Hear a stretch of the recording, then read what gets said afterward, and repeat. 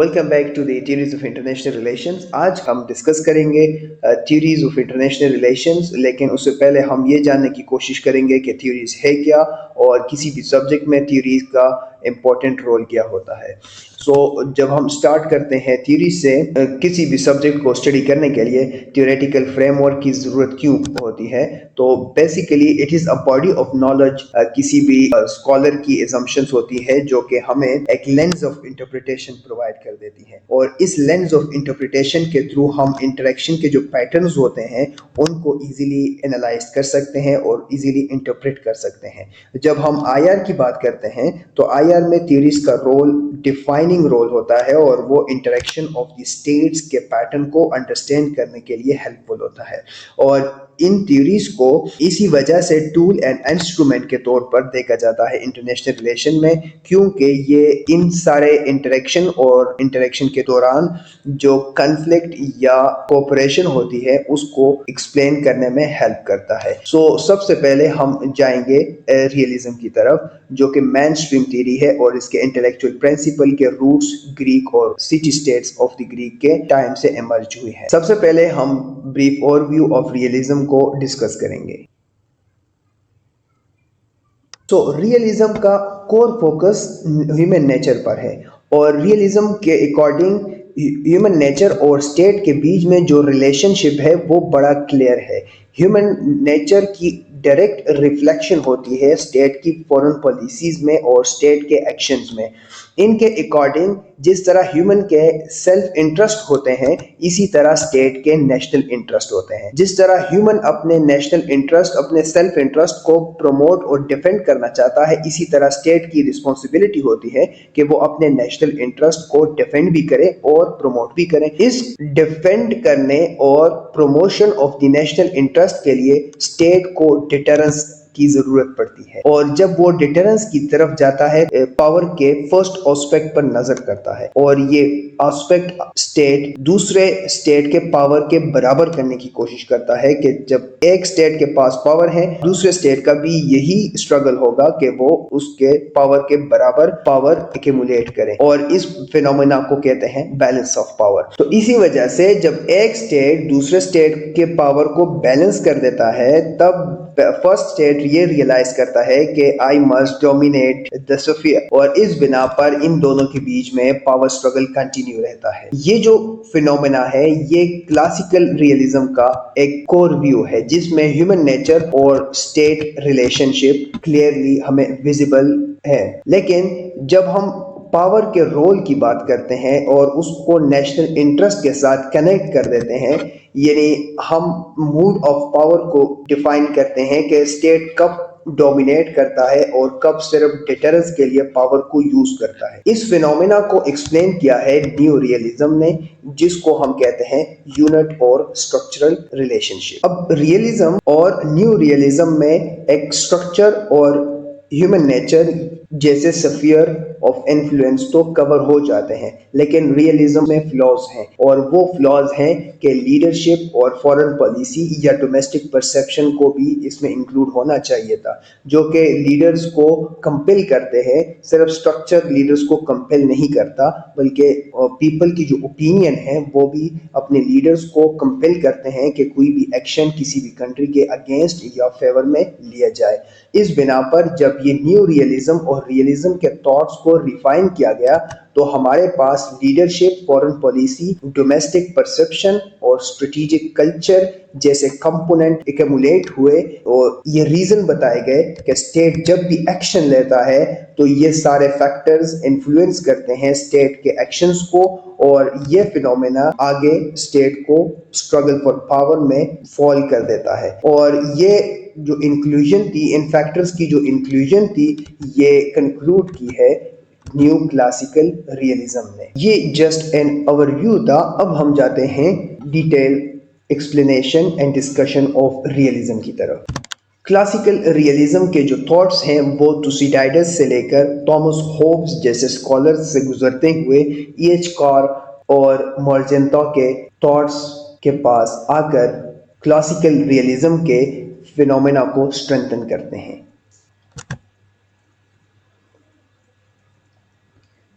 Realism का जो oldest scholar हैं वो है तुसिडाइडस। तुसिडाइडस ने भी ह्यूमन नेचर का पेसिमिस्टिक वर्जन प्रेजेंट किया। अकॉर्डिंग टू तुसिडाइडस, इंटरनेशनल रिलेशन एक एनार्किक है और यहाँ पर हर स्टेट, हर इंडिविजुअल, हर एक्टर की कोशिश होती है कि वो अपने सर्वाइवल को इंश्योर करें। इसी वजह से वो जस्टिस और मोरल प्रिंसिपल की बजाय पावर की तरफ जाता है। पावरफुल स्टेट अपनी पोजीशन से दूसरे पावरफुल स्टेट को आते हुए देखता है तो वो दोनों एक तुसिडाइडस ट्रैप में ट्रैप हो जाते हैं। और ये जो तुसिडाइडस ट्रैप का कंसेप्ट है, ये तुसिडाइडस ने खुद नहीं दिया बल्कि ये ग्राहम एलिसन का कंसेप्ट है जो कि उसके बाद ही डेवलप हुआ। तुसिडाइडस ने ट्रांजिशनल थ्योरी का कंसेप्ट दिया जिसमें पावर स्ट्रगल तो हमें देखने को मिलती है और जिसमें transition between powerful state and from emerging powerful state का कंसेप्ट हमें क्लियरली विजिबल है। द पेलोपोनेशियन वॉर में तुसिडाइडस ये फिनोमेना एक्सप्लेन करता है कि ग्रीक सिटी स्टेट्स भी पावर स्ट्रगल में रहती थी और उनके बीच में भी सर्वाइवल और एनार्किक सिचुएशन थी और वो भी सर्वाइवल को इंश्योर करने की वजह से पावर को गेन करते थे और जस्टिस के प्रिंसिपल को इग्नोर करते थे। इन्होंने ये मिलान डायलॉग बहुत ज़्यादा फेमस किया इस वजह से जब स्पार्टा की लड़ाई हुई मिलान के साथ तो Milan itself was a weak state और Sparta was a powerful state. So इस बिना पर मिलान ने अपील की जस्टिस की कि आप पावर को देखें, पावर बैलेंस को देखें और उसके बाद ही अपने टर्म्स हम पर इम्पोज करें। लेकिन यहाँ पर पावर की स्ट्रगल थी और रिसोर्सेज की स्ट्रगल थी तो इस बिना पर इनकी जो अपील थी, ये इनके बीच में ये जो डायलॉग था इसको मिलान डायलॉग के नाम से जाना जाता है। और ये जो अपील थी ये रिजेक्ट हुई और न सिर्फ रिजेक्ट हुई बल्कि द पावरफुल हैड सर्वाइव्ड। और इसी वजह से तुसिडाइडस का एक फेमस कोट है कि the stronger do what they can and the weaker suffer what they must. Next one is Thomas Hobbes जो कि एक इंग्लिश फिलोसफर है और इनके बुक का नाम है लेविथियन जिसमें ये मोरालिटी को in the domains of politics completely irrelevant declare कर देते हैं। ये बताते हैं कि ह्यूमन एक दूसरे के एनिमीज क्यों बनते हैं, स्टेट ऑफ नेचर की वजह से, क्योंकि स्टेट ऑफ नेचर एक ऐसा कंडीशन है, एक ऐसा सरकमस्टांस है जिसमें one versus all and one versus all in a situation of war. और ये जितने भी इंडिविजुअल्स होते हैं वो लिमिटेड रिसोर्सेज के लिए स्ट्रगल में लगे रहते हैं और ये स्ट्रगल में लगे रहने की वजह यह है थॉमस होब के अकॉर्डिंग रिसोर्सेज जो है वो लिमिटेड है लेकिन डिजायर्स जो हैं वो इक्वल हैं। तो रिसोर्सेज कम होने की वजह से और डिजायर इक्वल होने की वजह से ये ह्यूमन नेचर की एबिलिटी को इक्वल करार देते हैं कि ह्यूमन नेचर की जो एबिलिटीज हैं वो इक्वल है। इस बिना पर जब वो इन्वेट करते हैं तो वो गेन के लिए इन्वेट करते हैं ताकि वो एक दूसरे को दूसरे से रिसोर्सेज में ज़्यादा रिसोर्सेज पोजेस कर सकें और यही रिसोर्सेज को पोजेस करने की जो स्ट्रगल होती है ये इनको एक दूसरे के एनिमी बना देती है। The second principle he explained is safety। जब किसी इंडिविजुअल ने अपने रिसोर्सेज को इन्हेंस कर दिया और प्रमोट कर दिया, अब उसका जो रिसोर्स है वो उसका नेशनल इंटरेस्ट बन चुका है और ये जो नेशनल इंटरेस्ट है इसकी डिफेंस और सेफ्टी अब उस इंडिविजुअल पर या किसी स्टेट पर ये लाजिम हो चुकी है। तो ये डेफिडेंस में एक्सप्लेन करते हैं कि individual must defend what he has already gained in this position। तो उसकी पोजीशन अब मजीद स्ट्रेंथन होनी चाहिए क्योंकि उसे अपने गेन्स को डिफेंड भी करना है और इस गेन को मल्टीप्लाई भी करना है। तो इसके मल्टीप्लिकेशन और उसकी सेफ्टी के लिए उसके पास या तो वो प्रीएम्प्टिव एग्रेशन की तरफ जाएगा या डिफेंसिव एक्शंस की तरफ जाएगा। तो ये डिपेंड करता है इंडिविजुअल के एंटिसिपेशन पर, उसकी एक्सपेक्टेशंस पर।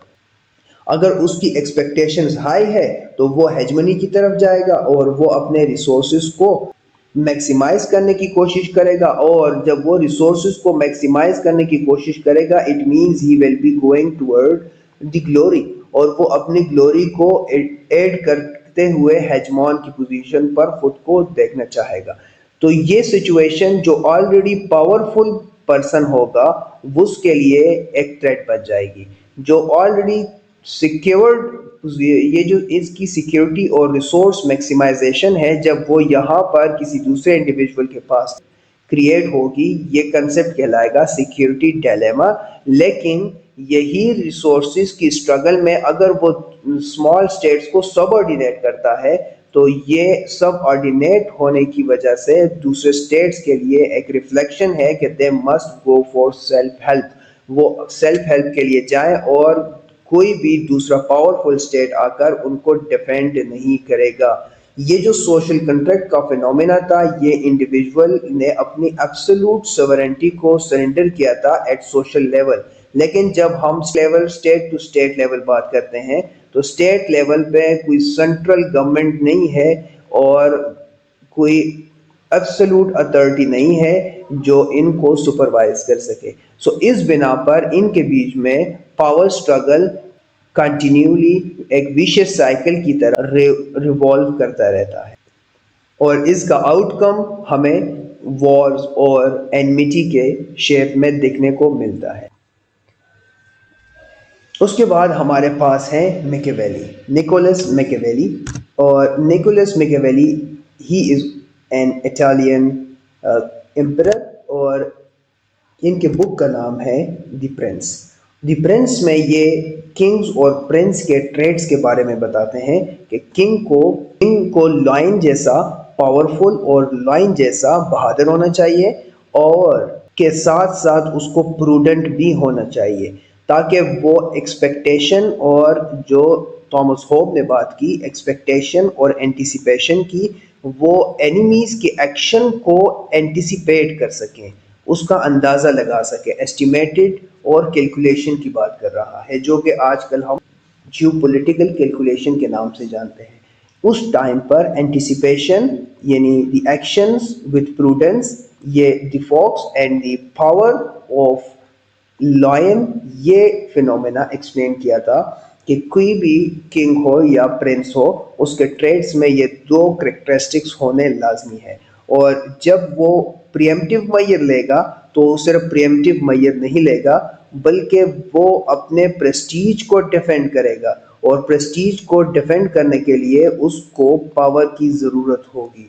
और पावर सिर्फ इसलिए नहीं कि वो खुद को डिफेंड कर रहे। अकॉर्डिंग टू निकोलस मैकियावेली, किसी भी एम्परर की रिस्पॉन्सिबिलिटी है कि सबसे पहले वो अपने पोजीशन को स्ट्रेंथन करे और अपने एम्पायर को डिफेंड कर सके। उसकी वजह यह है कि अवाम जो हो पीपल है वो उसके सब्जेक्ट है और सब्जेक्ट की रिस्पॉन्सिबिलिटी एम्परर की होती है ताकि उनके जान और माल का तहफ़्फ़ुज़ यकीनी बनाया जा सके। और अकॉर्डिंग टू मैकियावेली, मोरालिटी जो क्रिश्चियन मोरालिटी पे उस टाइम पर फोकस था इनके टाइम पर, तो इन्होंने इसको डिनाई किया कि there is no Christian morality like principles are the political domain. और इसी तरह कोई एथिक्स के प्रिंसिपल नहीं है। जब आपको लगे कि आपका एनिमी आप पे अटैक कर रहा है, you can take a preemptive measure to secure and strengthen and defend your position. और ये इस बात को वैलिडेट करता है कि आप डिसेप्टिव टैक्टिक्स यूज कर कॉशियस पोजीशन लेकर अपने एनिमी को डिसीव कर सकते हैं। और जब आप अपने एनिमी को डिसीव करेंगे, it will be your psychological victory. और ये साइकोलॉजिकल विक्ट्री आपको बैटल फील्ड में भी हेल्पफुल। इसके बाद हम आते हैं EH कार की जानिब।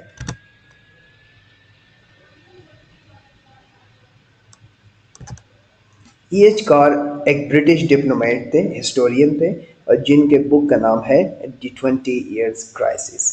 ये 20 years crisis after the league of nation के बाद इन्होंने लिखी है। और ये बेसिकली मार्क्सिस्ट थे, लेकिन इनके क्रिटिक्स रियलिस्ट से मैच करते रहे और इस बिना पर ये रियलिस्ट की कैटेगरी में इंटर हो गए।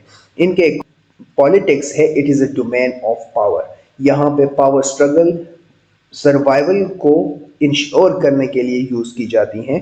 और ये जो हार्मनी है या हार्मनी ऑफ इंटरेस्ट का जो मास्क है, ये एक इल्यूजन है। इनके अकॉर्डिंग स्टेटस को ने अपना एक नैरेटिव बनाया है कि मोरालिटी के थ्रू और हार्मनी के अपनी पोजीशन को सिक्योर करें और अपनी पोजीशन को मेंटेन रख सकते हैं।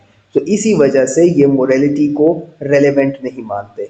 इनके अकॉर्डिंग जियोग्राफी और पावर इम्पोर्टेंट है और उनका कंटेक्स्ट ज़्यादा important instead of the opinions of the people, क्योंकि opinion of the people and the leaders are less relevant. अगर किसी लीडर का ओपिनियन कोई भी हो, अपने स्टेट के लिए वो ऑटोनॉमी चाहता है, अगर उसके पास पावर नहीं है और वो एक ऐसी जियोग्राफी में पोजीशन है जहां वो पावर के बगैर सरवाइव नहीं कर सकता, तो उसका ओपिनियन के अवाम के लिए इर्रेलेवेंट है। इस बिना पर वो अपने डिफेंस में और अपने नेशनल इंटरेस्ट को प्रमोट करने या डिफेंड करने में कोई रोल प्ले नहीं कर सकता। इस बिना पर ईएचकार के अकॉर्डिंग इल्यूजन ऑफ हार्मनी एक ऐसा मास्क है जो स्टेटस को मोरालिटी के शेप में अवाम के सामने रखती है और अपनी पोजीशन को स्ट्रेंथन करती है। The next one is Hans Magenta. Hans Magenta is the most popular in classical realism. Hans Magenta की बुक का नाम है पॉलिटिक्स अमंग नेशन। और इनके अकॉर्डिंग भी पॉलिटिक्स एक ऐसा डोमेन है जिसमें अपने नेशनल इंटरेस्ट को डिफेंड करने के लिए स्टेट को पावर की ज़रूरत होती है। चूंकि international system according to Hans Morgenthau self help पे काम करता है और सेल्फ हेल्प की प्रिंसिपल्स पे ही फंक्शनल है, उसकी वजह ये बताते हैं कि इंटरनेशनल सिस्टम एनार्किक है और वहाँ पर अपने सर्वाइवल के लिए हर स्टेट अपने पावर को मैक्सिमाइज करने की कोशिश करता है। इस बिना पर जब वो मैक्सिमाइजेशन ऑफ पावर के स्ट्रगल में एम्बेड हो जाते हैं, इंटेंगल हो जाते हैं, वो पॉलिटिकल एथिक्स को फॉरगो कर देते हैं, वो पॉलिटिकल एथिक्स को एलिमिनेट कर देते हैं। और इसकी पॉसिबिलिटी की रिफ्लेक्शन हमें उनकी फॉरेन पॉलिसी में देखने को मिलती है कि फॉरेन पॉलिसी का जो डोमेन होता है ये रैशनल होता है। वो अपने नेशनल इंटरेस्ट को देखते हुए फॉरेन पॉलिसी को एग्जीक्यूट करते हैं। एंड कोई भी स्टेट हो, उसमें जो स्टेट क्राफ्ट का पोजीशन है ये रैशनल भी है और ये प्रूडेंट भी है। ये एक ऐसा रिस्पॉन्सिबल एक्ट है कि जिसमें वो एनिमी की और फ्रेंड की एक्सपेक्टेशन और एंटिसिपेशन के अकॉर्डिंग एक्ट कर सकें और कोई भी इरेशनल एक्ट न ले जिसकी वजह से उसका नेशनल इंटरेस्ट डैमेज हो, उस पर कोई आंच आए। So he also ignores the principles of political ethics and morality. In short, हम ये कह सकते हैं कि जो क्लासिकल रियलिज्म है ऐसा बॉटम अप अप्रोच है जिसमें हम ह्यूमन नेचर और स्टेट के बीच में रिलेशनशिप को फाइंड आउट कर सकते हैं। टॉप पर हमारे पास स्टैटिज्म है, स्टेट इम्पोर्टेंट है और इसकी सर्वाइवल को स्टेट ने इंश्योर करना है। और इंश्योर कैसे करना है? सेल्फ हेल्प पर। कोई भी स्टेट उसको रेस्क्यू करने नहीं आएगा क्योंकि सिस्टम एनार्किक है और यहाँ पर हर स्टेट पावर को मैक्सिमाइज करने की कोशिश कर रहा है। और इस पावर मैक्सिमाइजेशन के स्ट्रगल में जब दूसरा state power maximization of the one state देखता है तो वो इसको सिक्योरिटी थ्रेट के तौर पर परसीव कर। जब एक स्टेट पावर को बैलेंस करने की कोशिश कर रहा हो, यानी खुद को सिक्योरिटाइज कर रहा हो, और दूसरा उसको थ्रेट परसीव करे, ये फिनोमेना बन जाता है सिक्योरिटी। और इसी तरह वो स्टेट फिर क्या करता है, कोशिश करता है कि दूसरा जो पहला वाला स्टेट है उसको बैलेंस करें किसी भी तरीके से। और बैलेंस करने के डिफरेंट मीन्स है, यहाँ पर हम अलायंसेस एंड आर्मामेंट्स को मेंशन करेंगे कि अलायंसेस के थ्रू वो बैलेंस कर सकता है या फिर अगर उसके पास रिसोर्सेज हैं तो वो आर्म्स रेस में लगकर दूसरे स्टेट को बैलेंस करने की कोशिश करेगा। यहाँ पर पावर का जो रोल होगा वो डिटर करने के लिए होगा कि अपने नेशनल इंटरेस्ट को सिक्योर कर सके। और ये फैक्टर्स के बिहाइंड इम्पोर्टेंट कॉन्स्टिट्यूएंट है वो क्या है, वो pessimistic view of human nature है कि ह्यूमन नेचर ही इन स्टेट को, ह्यूमन को प्रमोट करता है कि आप ऐसी पॉलिसीज अपने नेशनल इंटरेस्ट को डिफेंड करें और उसको डिफेंड करने के लिए अलायंसेस बनाएं, आर्मामेंट करें, पावर मैक्सिमाइजेशन में जाए, अपने एनिमी के पावर को बैलेंस करें। और जब आप पावर को मैक्सिमाइज करेंगे एनार्किक सिस्टम, तो आप अपनी सर्वाइवल को इंश्योर कर सकते हैं और तभी आप अपने स्टेट को डिफेंड कर सकते हैं। इस थॉट को जब रिफाइन किया गया तो यहाँ पर हमारे स्ट्रक्चर और स्टेट के एक रिलेशनशिप बना, जिसको हम न्यू रियलिस्ट ने रिफाइन किया कि एक्चुअली ये ह्यूमन नेचर नहीं है जो स्टेट को कंपेल करता है, but it is a structure that compels the state to act against or in favor of any particular state। और ये रिलेशनशिप है unit and structural level relationship. ये जो यूनिट एंड स्ट्रक्चर लेवल की जो रिलेशनशिप है, ये भी एडमिट करते हैं कि एनार्की है इंटरनेशनल रिलेशन में और पावर का इंटरनेशनल रिलेशंस में इम्पोर्टेंट रोल है। ये सिक्योरिटी डायलेमा को भी इंडोर्स करते हैं, इसी तरह ये नेशनल इंटरेस्ट के इम्पोर्टेंस को भी इंडोर्स करते हैं। लेकिन जिस चीज़ पर ये डिफर करते हैं वो है पावर का रोल, कि पावर कैसे इम्पोर्टेंट रोल प्ले करता है।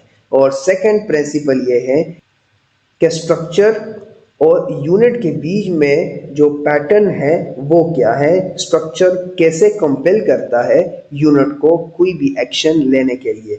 तो यहाँ पर जब हम देख, यहाँ पर हमारे पास दो कैटेगरीज बन जाती है। एक डिफेंसिव रियलिज्म की, डिफेंसिव रियलिज्म में पोस्टर डिफेंसिव होगा और इसका मकसद सिर्फ अपनी सर्वाइवल को इंश्योर करवाना होगा। इसके जो प्रोपोनेंट्स हैं वो केनेथ वॉल्ट्स हैं। और दूसरा जो स्ट्रेन है वो है ऑफेंसिव रियलिज्म। ऑफेंसिव रियलिज्म का ऑफेंसिव होगा और ये पावर को मैक्सिमाइज करेगा हेजमॉन बनने के लिए। ये स्कूल ऑफ थॉट के जो प्रोपोनेंट्स हैं वो कैंडल बर्गर है और जॉन मीरशामर। अब इनको वन बाय वन देखते हैं। सबसे पहले केनेथ वॉल्ट्स को और फिर मीरशामर के जो डिफरेंट स्ट्रेंड्स हैं इनको देखते हैं। सबसे पहले हमारे पास है डिफेंसिव रियलिज्म। डिफेंसिव रियलिज्म के जो प्रोपोनेंट्स हैं वो केनेथ वॉल्ट्स हैं और केनेथ वॉल्ट्स ने जो बुक लिखी है उसमें है थियरीज ऑफ इंटरनेशनल पॉलिटिक्स और man, the state and war. इन सब में ये एक थियोरेटिकल फ्रेमवर्क डिवाइस करते हैं जिसमें ये बताते हैं कि स्टेट वॉर की तरफ क्यों जाते हैं, मैन को कंपेल कौन करता है और स्टेट को कंपेल कौन करता है, क्या ये स्ट्रक्चर है, और स्ट्रक्चर अगर कंपेल करता है वॉर की तरफ स्टेट को, वो कैसे करता है। ये लॉजिक इन्होंने एक्सप्लेन की है। इन शॉर्ट अगर हम इन बुक की समझ, केनेथ वॉल्ट्स के according power is used to defend their existence and national interest. State अपने एग्जिस्टेंस को और सर्वाइवल को और नेशनल इंटरेस्ट को डिफेंड करने के लिए पावर को यूज करता है। यहाँ पर इनका फिनोमेना है maximization of security and reduction of threats. ये थ्रेट्स को रिड्यूस करते हैं और अपनी सिक्योरिटी को मैक्सिमाइज करते हैं ताकि इनका जो सर्वाइवल है वो पॉलिटिक्स में इंश्योर हो सके। इसी तरह केनेथ वॉल्ट्स के according rise and fall of the great powers जो हैं ये hierarchical structure of the global politics determine करते हैं। इन स्मॉल पावर्स जो हैं वो सेकेंडरी इंपॉर्टेंस के हैं और पोलैरिटी इतनी इंपॉर्टेंट है स्टेबिलिटी के लिए, इतनी पावर। इनके अकॉर्डिंग सबसे मोस्ट स्टेबल जो इम्पोर्टेंट जो सिस्टम है वो बायपोलर सिस्टम है जिसमें दो सुपर पावर है। चूंकि ये कोल्ड वॉर के एरा के स्कॉलर हैं इस वजह से इनको कोल्ड वॉर में न्यूक्लियर डिटरेंस और बायपोलर सिस्टम ज़्यादा स्टेबल लगा। इनके अकॉर्डिंग जो पुराना मल्टीपोलर सिस्टम था वो ज़्यादा स्टेबल नहीं था क्योंकि वहाँ पर अलायंसेस बहुत ज़्यादा थी और रिस्पॉन्सिबल एक्टर्स कम थे। यहाँ पर दो रिस्पॉन्सिबल एक्टर्स हैं और दोनों प्रेस्टीज और रेपुटेशन की वजह से अपने स्फीयर ऑफ इन्फ्लुएंस को कंट्रोल भी करते हैं और उसकी रिस्पॉन्सिबिलिटी को एक्सेप्ट भी करते हैं। इस बिना पर न्यूक्लियर की जो हॉरिजेंटल प्रोलिफरेशन है वो कम थी और वर्टिकल प्रोलिफरेशन उस वक्त पर ज्यादा थी। Kenneth Waltz considers by as a balance of power and as a more stable system in the world politics. Defensive realism के जो कोर एजम्पशंस है, अगर हम उस पर डालें तो सबसे पहले ये एनार्की को इंडोर्स करते हैं कि एनार्की एग्जिस्ट करती है और स्ट्रक्चर, लेकिन यहाँ पर स्ट्रक्चर है, चूंकि सिस्टम एनार्किक है तो इस बिना पर स्ट्रक्चर स्टेट को कंपेल करता है कि अपने नेशनल इंटरेस्ट को सिक्योर करो, और अपने नेशनल इंटरेस्ट को जब वो सिक्योर करते हैं तो दूसरे स्टेट्स कम्बेट करते हैं और इस वजह से वो कन्फ्लिक्ट की तरफ चले जाते हैं। इसी तरह ये स्टेट की पॉलिसीज़ की बात करते हैं कि स्टेट एक दूसरे की पॉलिसीज़ को रेसिप्रोकेट स्टेट एक दूसरे की पॉलिसीज़ और स्ट्रेटजीज़ को रेसिप्रोकेट करता है, कॉपी कर देता है। और ये जो कॉपी करना है, इसकी वजह यह है कि एक दूसरे पर स्ट्रेटेजिक एडवांटेज ले और एक अपने गेन को मैक्सिमाइज। इसी ये सिक्योरिटी डायलेमा के परसेप्शन को ऐसे इंटरप्रेट करते हैं कि जो सिक्योरिटी डायलेमा है वो बेसिकली इमर्ज होता है मिसपरसेप्शन से। एक स्टेट ने कोई भी एक्शन, पॉलिसी या स्ट्रेटजी बनाई या कोई एक्शन लिया, दूसरा स्टेट उसको कैसे इंटरप्रेट करेगा सिक्योरिटी थ्रेट की तरफ। फॉर एग्जांपल, अब अगर इंडिया और पाकिस्तान की हम बात करें तो इंडिया ने जब पाकिस्तान ने उसको सिक्योरिटी थ्रेट के तौर पर देखा क्योंकि ऑलरेडी एनमिटी एग्जिस्ट कर रही थी। अब मिसपरसेप्शन का फैक्टर क्या है कि इंडिया ने न्यूक्लियर टेस्ट इस वजह से किए, उनकी कंपटीशन थी रीजनल हेजमनी के लिए चाइना के साथ, और वो चाइना की फियर की वजह से, चूंकि चाइना ने पहले टेस्ट किए थे तो इंडिया ने भी कर दिए। अब वो परसेप्शन मेनली डिसेंट हो गया पाकिस्तान की तरफ, because Pakistan and India already had the enmity और एक वॉर भी वो लड़ चुके थे 1965 की। तो इस वजह से ये जो मिसपरसेप्शन क्रिएट हुआ, इस मिसपरसेप्शन ने पाकिस्तान को भी preparation for the nuclear test पर मजबूर कर दिया। यही कंपल्शन ऑफ दी स्ट्रक्चर है जो कि केनेथ वॉल्स एक्सप्लेन करते हैं अपने इस आइडियोलॉजी में। और ये कंपल्शन जो है ये सिर्फ मैक्सिमाइजेशन ऑफ पावर नहीं है, ये बैलेंस ऑफ पावर है। केनेथ वॉल्स के अकॉर्डिंग स्टेट ओवरवेलमिंग पावर को कंट्रोल करने अपने एनिमी को बैलेंस करता है, और उसका कोर पर्पस क्या है, अपने नेशनल इंटरेस्ट को प्रिजर्व। कंप्लीट तो नहीं है, सैलेंट फीचर्स थे of the Kenneth walls defensive realism. इसके बाद हमारे पास है ऑफेंसिव रियलिज्म जो के कोर व्यूज हैं। मीरशामर के एक बुक है जिनका नाम है the tragedy of great power politics. इसमें ये एक्सप्लेन करते हैं कि जो स्ट्रक्चर्ड कंपटीशन है between the US and China, ये इट्स सेल्फ नेशनल इंटरेस्ट की और आइडियोलॉजिकल नहीं है, it is basically a structural. ये स्ट्रक्चर इन दोनों को कंपेल करता है कि आपका स्फीयर ऑफ इन्फ्लुएंस दूसरे के स्फीयर ऑफ इन्फ्लुएंस को डिस्टर्ब कर रहा है। ऐसा परसीव करता है चाइना के राइज को कि उसकी हेजमनी को थ्रेट है, और चाइना के स्फीयर ऑफ इन्फ्लुएंस में जब भी यूएस इंटरवीन करता है या वहाँ पर कोई अलायंस बनाता है या कोई डिफेंस पैक्ट साइन करता है, चाइना उसको सिक्योरिटी थ्रेट के तौर पर परसीव करता है, which is known as security dilemma. इसी तरह अकॉर्डिंग टू मीरशामर, स्टेट अपने इन्फ्लुएंस को एक्सपेंड करते हैं, और जब वो अपने इन्फ्लुएंस को एक्सपेंड करते हैं तो ये अनइंटेंशनल बाकी स्टेट के साथ कॉन्फ्लिक्ट में ले जाते। एक एग्जांपल हम इसकी ये एक्सप्लेन कर सकते हैं कि जब यूएस मलेशिया, फिलीपीन या वियतनाम के साथ करेगा या कोई डिफेंस पैक्ट साइन करेगा, चाइना उसको सिक्योरिटी थ्रेट के तौर पर इंटरप्रेट करेगा। सिमिलरली मीरशामर फर्दर एक्सप्लेन्स कि जब नेशनल इंटरेस्ट की बात आती है, स्टेट्स इंस्टीट्यूशनल अरेंजमेंट्स को, अगर चाइना का कोर थ्रेट हो रहा हो, चाइना कभी भी यूनाइटेड नेशन का लीगल फ्रेमवर्क यूज नहीं करेगा, बल्कि वो एब्रप्टली एक्शन लेगा। जिस तरह अभी यूनाइटेड स्टेट्स के core interest recent middle east crisis से ये रिफ्लेक्ट हुआ, जब इराक में, ईरान में उसके नॉर्म्स के साथ कंप्लाई नहीं हुआ, तो ये एक फियर यूनाइटेड स्टेट्स में इमर्ज हुआ कि ये हमारे लिए थ्रेट बन रहे हैं, और इस वजह से यूनाइटेड स्टेट्स ने ईरान पर अटैक। इसी तरह अलाइंसेस के बारे में वो बताते हैं कि अलाइंसेस बेसिकली एक रैशनल स्ट्रेटजी है और ये बेहतर स्ट्रेटजी है जब आप पावरफुल स्टेट को कंपेट कर रहे हो, जब आपके पास रिसोर्सेज कम हो और आप अपने वजह से अपने अलाइंसेस को प्रमोट करें और अपने अलाइंसेस बनाएं, अपने अलाइंसेस अपने नेशनल इंटरेस्ट को सिक्योर कर सकते हैं। In terms of economic Mearsheimer कहते हैं कि there is no absolute gain, relative gain होते हैं। एक को ज़्यादा गेन मिलता है, इकोनॉमिक बेनिफिट्स मिलते हैं और दूसरे को कम इकोनॉमिक बेनिफिट मिलते हैं जब कोई भी इंटरेक्शन हो डोमिनेंट स्टेट के साथ स्टेट्स को। चाइना और पाकिस्तान के बीच में जब इकोनॉमिक इंटरेक्शन होगा तो ज़्यादा बेनिफिशरी चाइना कंसिडर किया जाएगा और in terms of factual states China ही। अब इसी तरह इन मीरशाइमर के कोर व्यूज़ और इजम्पशन अबाउट ऑफेंसिव रियलिज्म देखते हैं। कोर व्यूज़ में सबसे पहले ये सर्वाइवल को प्रेमेसी देते हैं क्योंकि सिस्टम एनार्किक है और वहाँ पर सेल्फ हेल्प के अलावा कोई सिस्टम फंक्शनल या ऑपरेशनल नहीं है। तो इस बिना पर सर्वाइवल एक प्राइमेसी है, प्रायोरिटी ऑफ द स्टेट है और इनके अकॉर्डिंग स्टेट ही वो इम्पोर्टेंट एक्टर है जिसकी सर्वाइवल इंश्योर करवाना लाजमी है। इसी तरह मीरशाइमर ये एक्सप्लेन करते हैं कि जो मिलिट्री कैपेबिलिटीज़ है वो किसी भी कन्फ्लिक्ट या किसी भी कन्फ्लिक्चुअल इवेंट के आउटकम को शेप करती है। इनके अकॉर्डिंग डिटरेंस जो है it must work parallel with influence, कि सिर्फ आपके पास डिटरेंस नहीं होनी चाहिए, आपके पास इन्फ्लुएंस भी होनी चाहिए।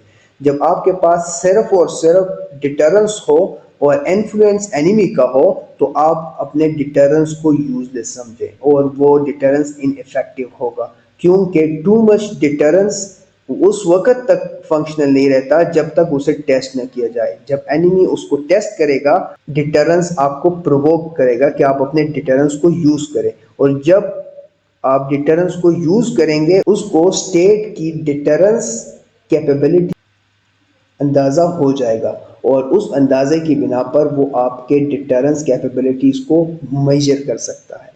इस बिना पर वो बताते हैं कि सिर्फ डिटरेंस नहीं इन्फ्लुएंस भी इतना होना चाहिए कि you must not go toward the deterrence immediately, must go toward the influence first and then toward the deterrence, जिसमें हम सॉफ्ट एंड हार्ड पावर की बात करते हैं। And another perception which is about the security dilemma, और security dilemma के बारे में ये बताते हैं कि जो सिक्योरिटी डिलेमा का कंसेप्ट है ये स्ट्रेटेजिक लॉन्ग या इंड्यूरिंग राइवलरीज क्रिएट कर देते हैं जो कि अनएवॉइडेबल होती है इन लॉन्ग टर्म। और ये आती कहाँ से है? मिसकंसेप्शन की वजह से। जैसे केनेथ वॉल्ट्ज ने कहा था चूँकि ये एक ही स्ट्रेंथ के दो वेरिएंट्स हैं ऑफेंसिव और डिफेंसिव तो यहाँ पर इनके व्यूज़ अलाइन। इसी तरह ये स्ट्रेटेजिक राइवलरी डीकंस्ट्रक्ट करते हैं तो ये बताते हैं कि ये जो स्ट्रेटेजिक राइवलरी होती है ये basically rising power dominant power के बीच में चैलेंजेस की वजह से आती हैं और इनका कोऑपरेशन हमेशा टेम्परेरी होता है और ये लिमिटेड इश्यूज पर ही कोऑपरेट करते हैं। अब फॉर एग्जांपल हम ट्रेड की बात करें तो जब चाइना और यूएस के ट्रेड की वॉर होगी तो चाइना और यूएस कोऑपरेट करेगा, लेकिन जब पैलेस्टाइन इशू पे बात आई तो चाइना और रशिया कोऑपरेट करेगा, यूनाइटेड स्टेट इसराइल के साथ अलायंस होने की वजह से वीटो कर देगा। तो यहाँ पर इनके बीच में जितने भी ग्रेट पावर्स हैं अकॉर्डिंग टू मीरशाइमर इनकी कोऑपरेशन टेम्पररी होती है और लिमिटेड होती है टू सर्टन अवर ये सारे इश्यूज कौन से होते हैं? ये नेशनल इंटरेस्ट से रिलेटेड होते हैं। थर्ड स्ट्रैंड की तरफ हम चलते हैं जो कि है new classical realism. New classical realism domestic factors और इंटरनेशनल फैक्टर्स को कंबाइन। हमने क्लासिकल रियलिज्म में देखा कि वहाँ पर हमने ह्यूमन नेचर और स्टेट की बात की। हमने न्यू रियलिज्म में देखा हम वहाँ पर स्ट्रक्चर और यूनिट की बात करते हैं। तो दोनों डिफरेंट है। यहाँ पर न्यू क्लासिकल रियलिज्म इन दोनों फैक्टर्स को जो इसके इंसिस्टरल उस उनके फैक्टर्स को इन्होंने कंबाइन कर दिया और ये डिसीजन मेकिंग में इम्पोर्टेंट रोल प्ले करता है। इसी वजह से न्यू क्लासिकल रियलिज्म हमेशा देता है डिसीजन मेकिंग और लीडरशिप पर, जब भी वो किसी भी इवेंट को इंटरप्रेट कर रहे हों under the theoretical framework of new classical realism, because they think that events and threats are interpreted and that these events are filtered out through political and institutional calculation and domestic perception. The opinion of the people is more important toward compelling an individual leader to act in certain वे।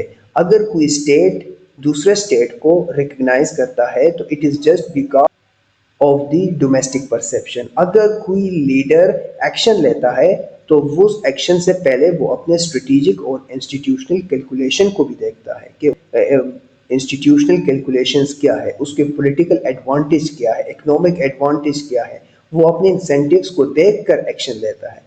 तो यहाँ पर new classical realism एक additional layer add करता है कि institutional calculation और domestic perception का important role है टेकिंग सर्ट।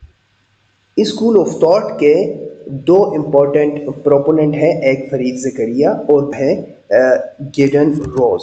तो गिडन रोज की आज हम बात करेंगे, जो कि कहते हैं कि ये जो इंटरनेशनल सिस्टम है ये बेसिकली डोमेस्टिक प्रेशर के साथ कनेक्टेड है। और ये कनेक्टेड कैसे है कि जब हम पावर डिस्ट्रीब्यूशन की बात करते हैं, power distribution of the state की बात करते हैं, तो ये न सिर्फ स्टेट को बैलेंस करने की तरफ पुश करता है, जो इवेंट है, जो थ्रेट्स हैं, उनकी थ्रेशोल्ड को भी डिफाइन करता है। और ये जो थ्रेशोल्ड डिफाइंड हो उसकी इंटरप्रिटेशन एक लीडर के अकॉर्डिंग एक जैसी होगी और दूसरे लीडर के अकॉर्डिंग दूसरी तरह होगी। इट मीन्स के कोई भी एक्सटर्नल थ्रेट जब किसी भी लीडर की तरफ आएगा तो वो लीडर अपनी थॉट्स के अकॉर्डिंग, अपने डोमेस्टिक परसेप्शन के अकॉर्डिंग उसको इंटरप्रेट करेगा और उस हिसाब से वो उन इवेंट्स को रिस्पॉन्ड।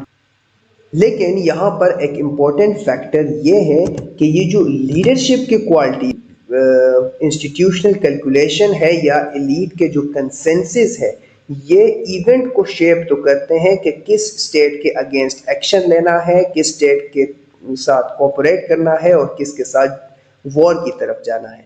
लेकिन ये सारे फैक्टर्स क्या है, वेरिएबल्स हैं, ये चेंज होते रहते हैं। उसकी इम्पोर्टेंट एक रीज़न तो ये है कि डोमेस्टिक गवर्नमेंट हमेशा या तो डेमोक्रेटिक होती है, जो डेमोक्रेटिक गवर्नमेंट होती है वो उसमें परसेप्शन चेंज होते रहते हैं, policies of the political parties change होती रहती हैं, तो परसेप्शन भी चेंज होगा। अब फॉर एग्जांपल एक पॉलिटिकल पार्टी है, उसकी अफगानिस्तान के साथ एफिलिएशन होगी, दूसरी पॉलिटिकल पार्टी है उसकी इंडिया के साथ एफिलिएशन होगी, तो पाकिस्तान के जो पॉलिटिकल एक्शंस होंगे या जो मिलिट्री एक्शंस होंगे वो डिफाइन करेंगे और लीडरशिप के परसेप्शन पर। इसी तरह जो इंस्टीट्यूशनल कैलकुलेशन है, इंस्टीट्यूशनल कैलकुलेशन हमारे पास थ्री इम्पोर्टेंट इंस्टीट्यूशंस हैं, एक हमारी जुडिशरी है और दूसरी हमारी एग्जीक्यूटिव है और थर्ड वन इज़ लेजिस्लेटिव।